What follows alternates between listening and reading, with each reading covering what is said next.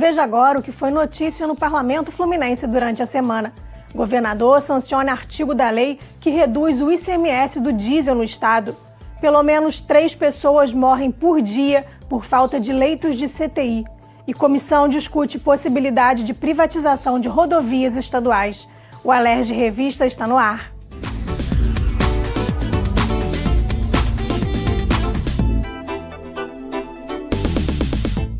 A Comissão de Trabalho da Alerj vai acionar o Ministério Público Federal para investigar denúncia dos trabalhadores da Fundação Petrobras de Seguridade Social, a Petros, que se sentiram coagidos a assinar acordo que retira direitos dos empregados proposto pela empresa. A denúncia foi feita durante a audiência pública nesta segunda-feira. O presidente do Sindicato dos Empregados em Previdência Privada do Estado disse que vários benefícios foram retirados sem negociação. Foram retirados dias ponte, foram retirados cláusula do plano de saúde, que envolve um custo maior para o trabalhador pagar, né?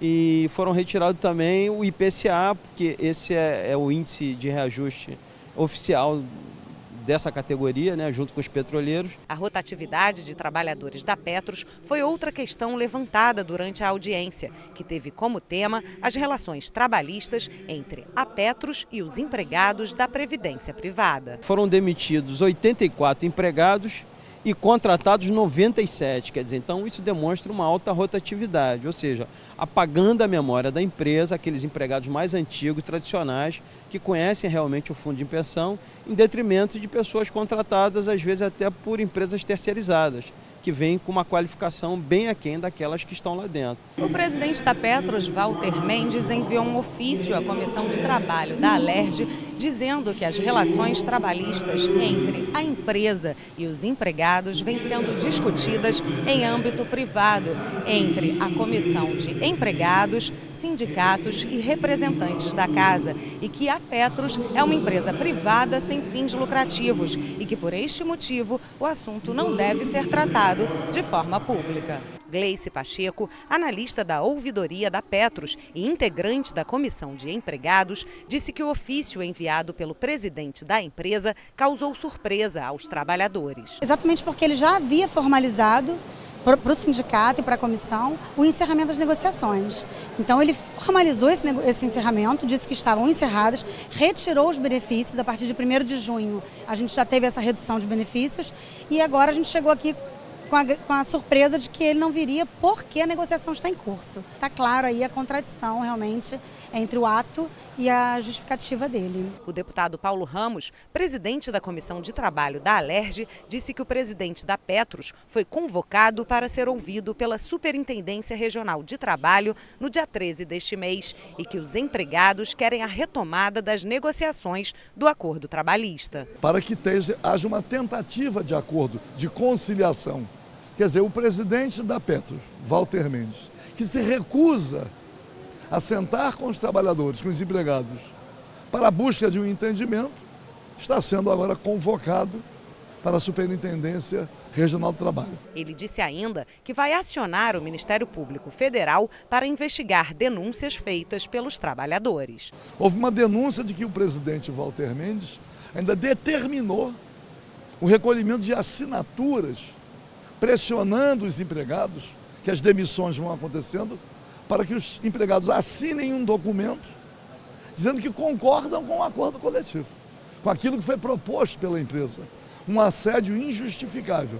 Então vamos entrar também com uma representação no Ministério Público Federal do Trabalho para que haja uma investigação sobre esse procedimento que representa um abuso de autoridade.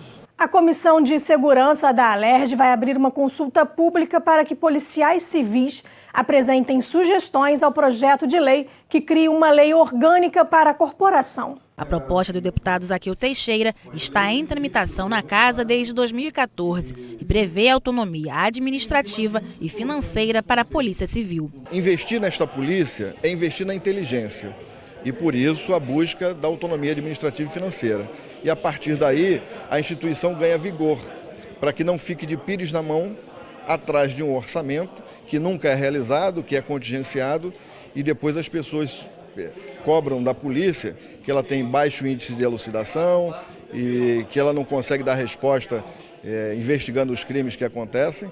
Ora, para que você consiga ter uma Polícia Civil que responda aquilo que a sociedade precisa, você tem que dar a ela os instrumentos. Representantes de várias categorias da Polícia Civil apresentaram outras demandas que poderiam ser incluídas na lei orgânica.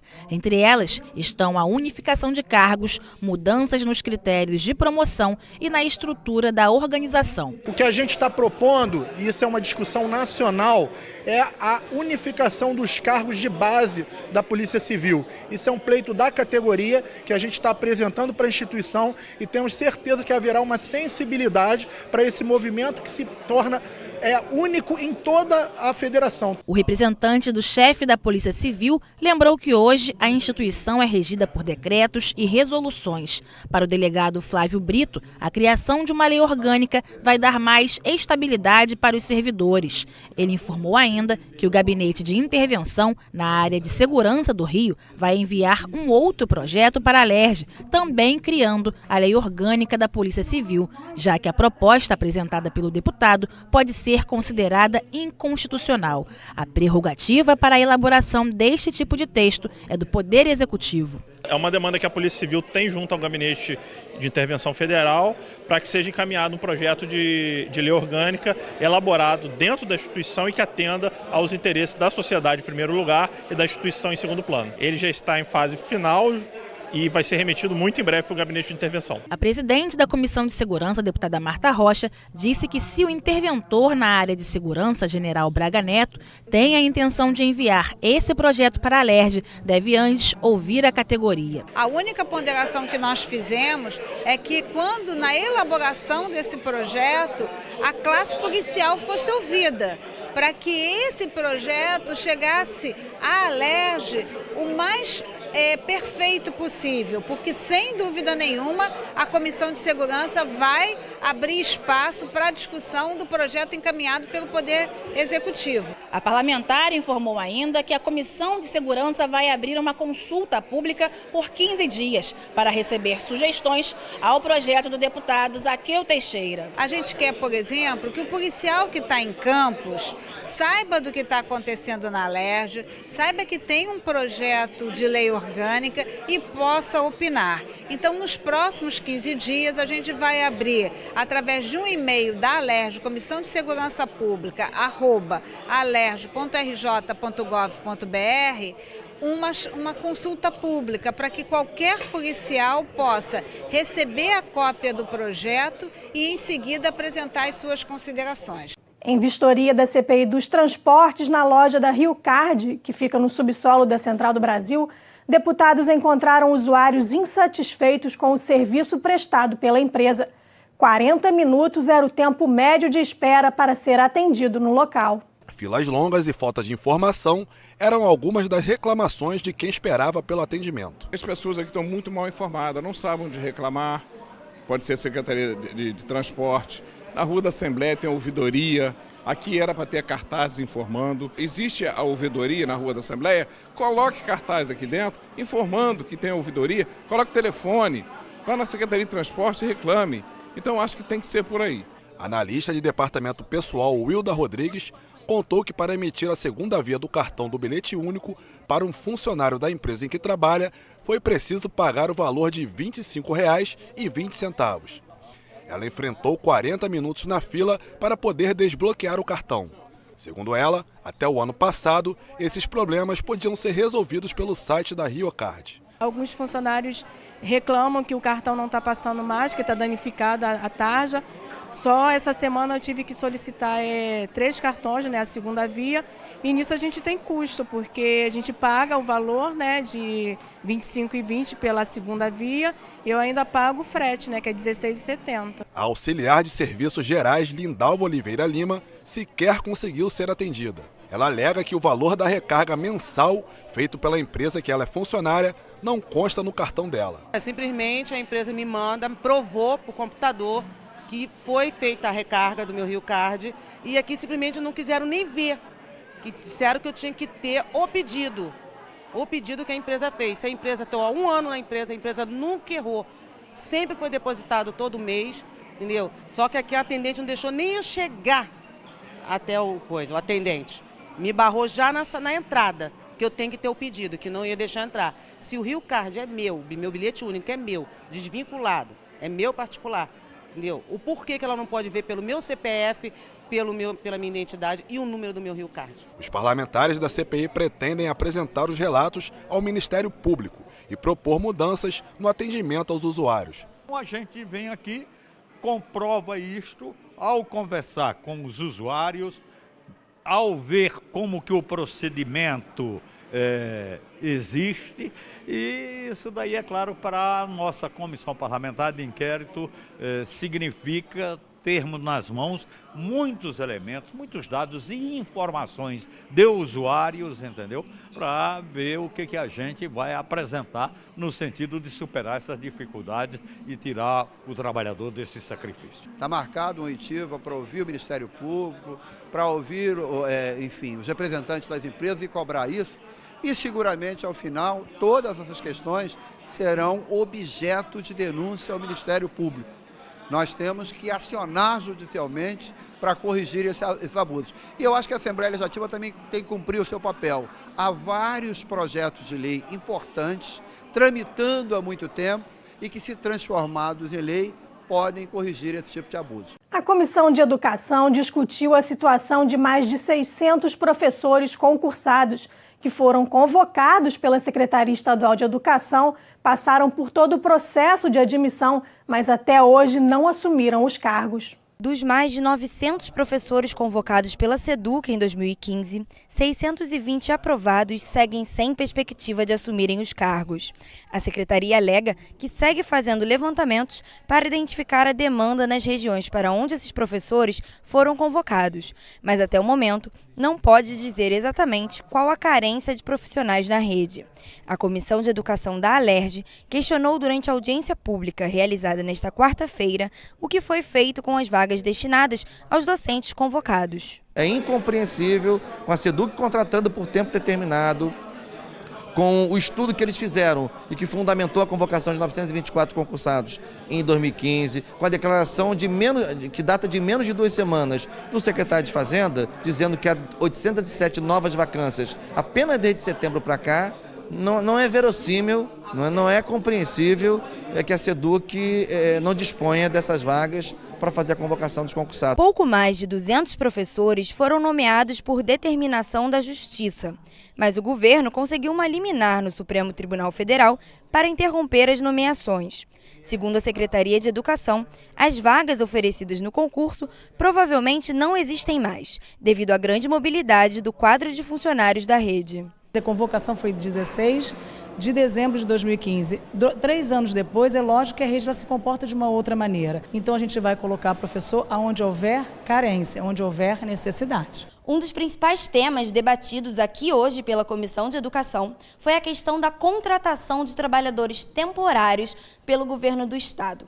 A questão é que os professores estão preocupados se esses temporários vão ocupar as vagas destinadas a concursados que até hoje não foram nomeados. Um decreto do governador autoriza a SEDUC a contratar 400 professores para o ensino fundamental 2, para o ensino médio e para a educação profissional. Vamos confrontar o que foi publicado na convocação de dezembro de 2015, que segundo a SEDUC lá consta o nome do concursado aprovado, a disciplina de concurso e a regional metropolitana para a qual ele está sendo chamado. A gente vai confrontar esse quadro com o quadro que eles alegam ter dificuldade de fazer. É importante lembrar que os professores que aguardam a nomeação passaram por todas as fases do processo de admissão.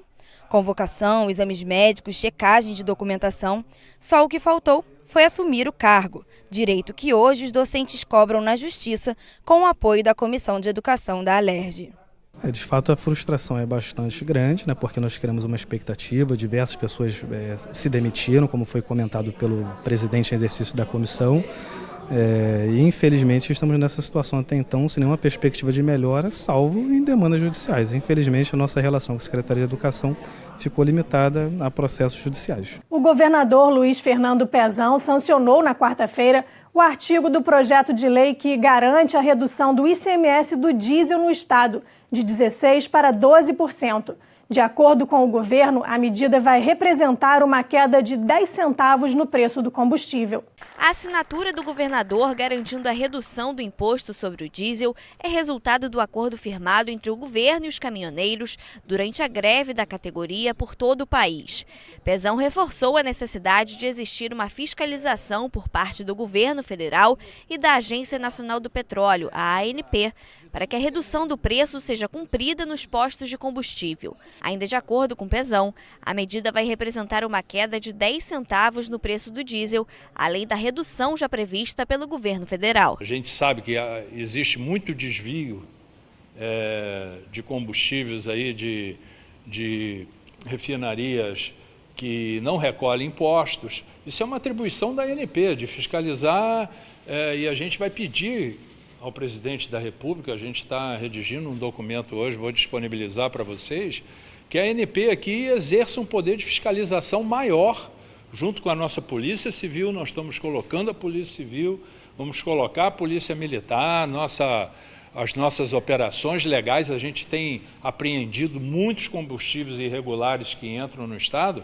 mas essa ação é uma atribuição eminentemente da ANP. A redução do ICMS do diesel no estado do Rio vai equiparar a alíquota fluminense aos estados de São Paulo e Espírito Santo. Para o governo, a medida vai incentivar o abastecimento dos tanques dentro do estado. Para os caminhoneiros, uma economia significativa no bolso. O diesel nos estados vizinhos era em torno de 3,10, 3,15, e o nosso diesel aqui era em torno de 3,80, 3,70, 3,90, em alguns casos até 4,10.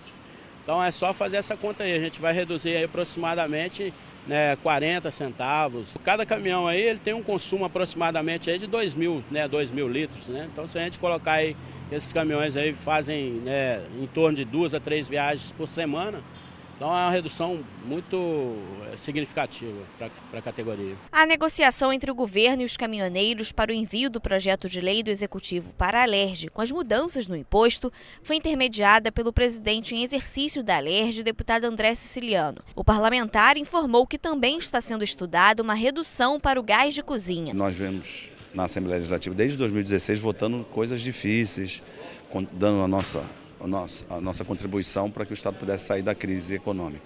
Eu acho que foi bom, agora podemos avançar na questão do gás de cozinha, e aí o governo falou muito aqui que tem que chegar ao consumidor final, e é isso que a gente está amarrando para ver de que forma o Estado, na regulamentação dos 4% distribuidora mais postos, né, garantir que isso chegue ao consumidor final. 2 artigos do projeto de lei aprovado na Alerj foram vetados pelo governador. O primeiro é o que autoriza o governo a retirar a SEDAI como garantia pelos empréstimos realizados com a União, previsto no regime de recuperação fiscal do Estado.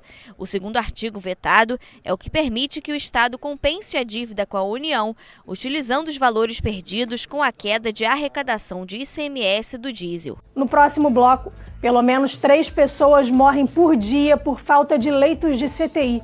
O Alerj Revista volta já.